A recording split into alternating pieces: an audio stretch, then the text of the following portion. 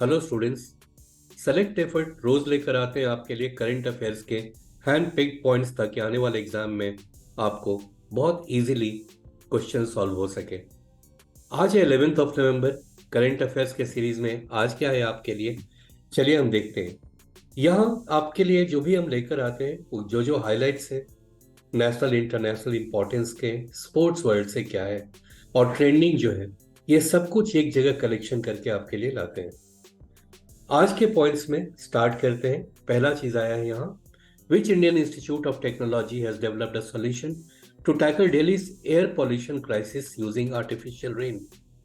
सो दिल्ली में air pollution का बहुत जबरदस्त क्राइसिस था। वैसे तो अभी कम हो गया क्योंकि नेचुरल रेन हो गया, लेकिन आर्टिफिशियल रेन कराने के लिए किस आईआईटी ने एक प्रोसेस डेवलप किया है? तो इसका राइट आंसर है सी ऑप्शन, आईआईटी कानपुर। जी हाँ, आर्टिफिशियली रेन कराया जा सकता है और जिस एरिया में बारिश की कमी है, जमीन सूखे हुए हैं या जहाँ पॉल्यूशन है, वहाँ ऐसे आर्टिफिशियल रेन से इस से सिचुएशन पे काबू पाया जा सकता है। टेकअवेज देख लेते हैं यहाँ क्या है। IIT Kanpur has developed a solution to tackle Delhi's air pollution crisis using artificial rain. The institute has been working on this project for over 5 years and has conducted successful trials. Artificial rain क्या होता है, artificial rain किसे कहते हैं, कैसे ये काम करता है, और इन सब चीज़ों के बारे में यहाँ इस स्लाइड पर आप पॉज करके और इसे पढ़ लेंगे। अगर कहीं पर आपको परेशानी होती है तो आप हमारे कमेंट बॉक्स में डालिए, हम उसे एक्सप्लेन कर देंगे। चलिए अगला पॉइंट देखते हैं। Winner of the most medals in 37th national games 2023 which was played in Goa. तो इसमें सबसे ज्यादा मेडल्स किसको मिले हैं? वैसे इस न्यूज के बारे में मेरा 9th ऑफ नवंबर के भी लिस्ट में दिया हुआ है, लेकिन यहाँ हम थोड़ा और डिटेल में आपको बताएंगे। तो फिलहाल इसका राइट आंसर है ए ऑप्शन, महाराष्ट्र। यानी महाराष्ट्र सबसे ऊपर रहा है, 200 से ज्यादा मेडल इसको मिले हैं। टेकअवेज देख लेते हैं। The National Games 2023 was played in Goa from 25th of October to 9th of November. Over 10,000 athletes participated in over 43 sports disciplines. Maharashtra topped this event, winning 228 medals, including 80 gold medals. The 38th National Games will be held in Uttarakhand in 2024. यानी next जो national games होगा वो उत्तराखंड में होगा 2024 का, और पिछले साल हुआ था ये अहमदाबाद गुजरात में। तो 2022 में गुजरात में, 23 में गोवा में और 2024 में उत्तराखंड में होने वाला है। कुछ और इंपॉर्टेंट टेकअवेज यहाँ देखते हैं, बहुत इंटरेस्टिंग है ये takeaways. The first edition was held in Lahore. तो पहला जो नेशनल गेम्स हुआ था वो लाहौर में हुआ था, जब अनडिवाइडेड पंजाब था, यानी भारत पाकिस्तान तब डिवीजन नहीं हुआ था। ये 1924 की बात है, तब ये शुरू हुआ था। From 1924 to 1938, it was known as Indian Olympic Games. Indian Olympic Games were named National Games in the year 1940. तो ये राष्ट्रीय खेल का इसको नाम मिला है 1940 onward.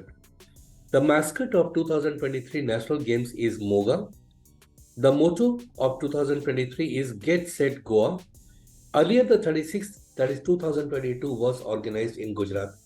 यहाँ एक एक पॉइंट आपके लिए बहुत इंपॉर्टेंट है, उम्मीद करते हैं आप इसे ध्यान से पढ़ लेंगे। अगला पॉइंट देखते हैं क्या आया। What is the position of IIT Mumbai in Asia in the QS Asia university ranking 2024?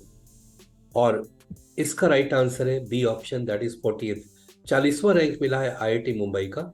Top 5 में भारत से दो ही इंस्टीट्यूट है, एक तो आईआईटी मुंबई और एक आईआईटी दिल्ली। डिटेल में इसे समझ लेते हैं हम। क्वैकोरेली साइमंड्स, जिस शॉर्ट में क्यूएस कहते हैं, has released the QS Asia university ranking 2024 on November 8th. Two Indian institutes, IIT Mumbai and IIT Delhi, have been ranked in the top 50 list in the QS Asia University ranking. IIT Bombay has secured the top position in India's and 40th position in Asia.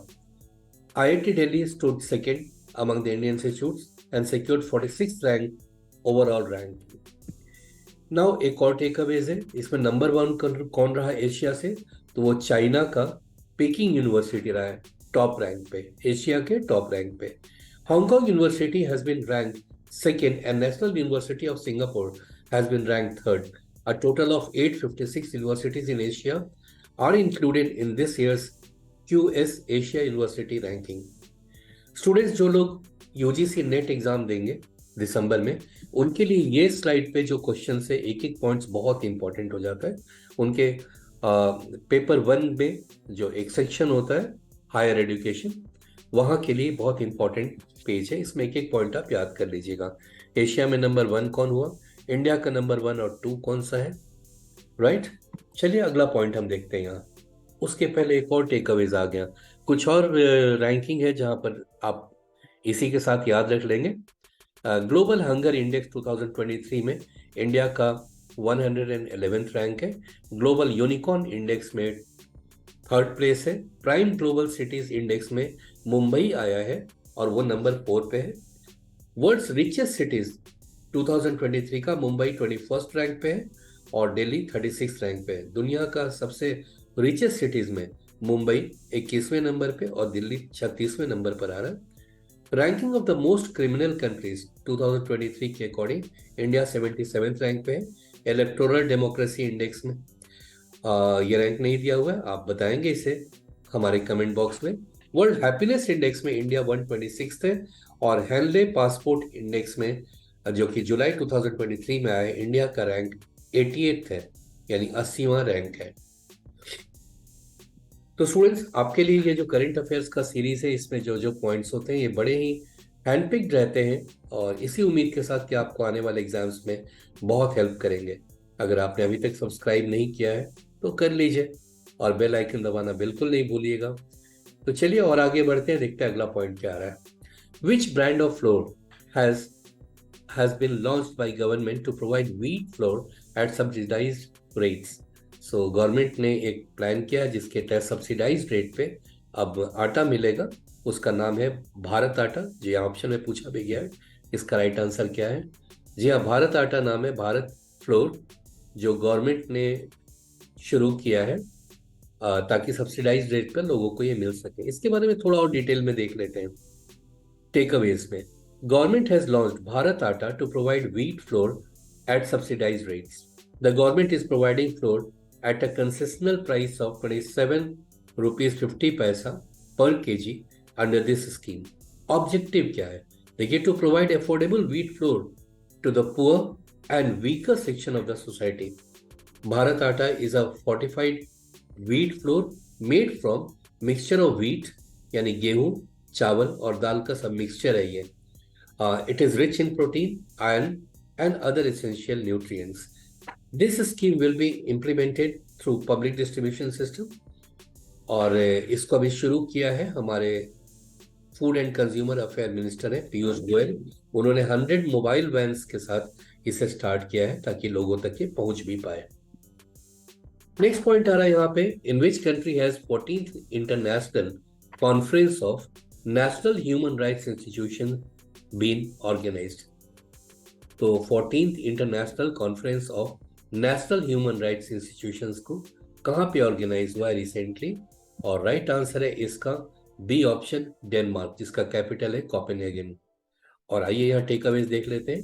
National human rights commission chairman justice Arun Mishra, यह भारतीय है जो यहाँ पर ये बोल रहे, justice Arun Mishra has addressed the 14th international conference of National Human Rights Institutions in Copenhagen, which is capital of Denmark. The theme of the summit is torture and other ill treatment, the role of NHRI. The objective of the summit was to cooperate in making society more humane and civilized in order to eliminate the threat of torture. Next point आ रहा है, बिहार से है। According to Bihar Caste Survey report, how many families in Bihar earn less than 6,000 per month? यहाँ 6,000 per month से भी कम कुछ परिवार हैं जो कमाते हैं। अभी कितने हैं, लेटेस्ट सर्वे में क्या आया है? तो देखिए यहाँ पर इसका राइट आंसर होगा सी ऑप्शन 94 लाख या 9.4 मिलियन। और ये पूरा स्लाइड ही बहुत इंपॉर्टेंट है, यहाँ भी आप पर्टिकुलरली देख लेंगे एक एक सेक्शन से ऐसे क्वेश्चंस आ सकते हैं। जो लोग बीपीएससी देते हैं या बिहार से एग्जाम्स देंगे, बिहार से जो Bihar public service commission etcetera, उनके लिए बड़ा इंपॉर्टेंट ये स्लाइड है। टेकअवेज देख लेते हैं। According to the caste survey report of Bihar, 9.4 million families earn less than 6,000 per month, which is 34.13% of the 27.6 million families in the state। यानी मोर देन 1/3 लोग यहाँ बहुत गरीबी में हैं और 6,000 से भी कम इनका पर मंथ का इनकम है।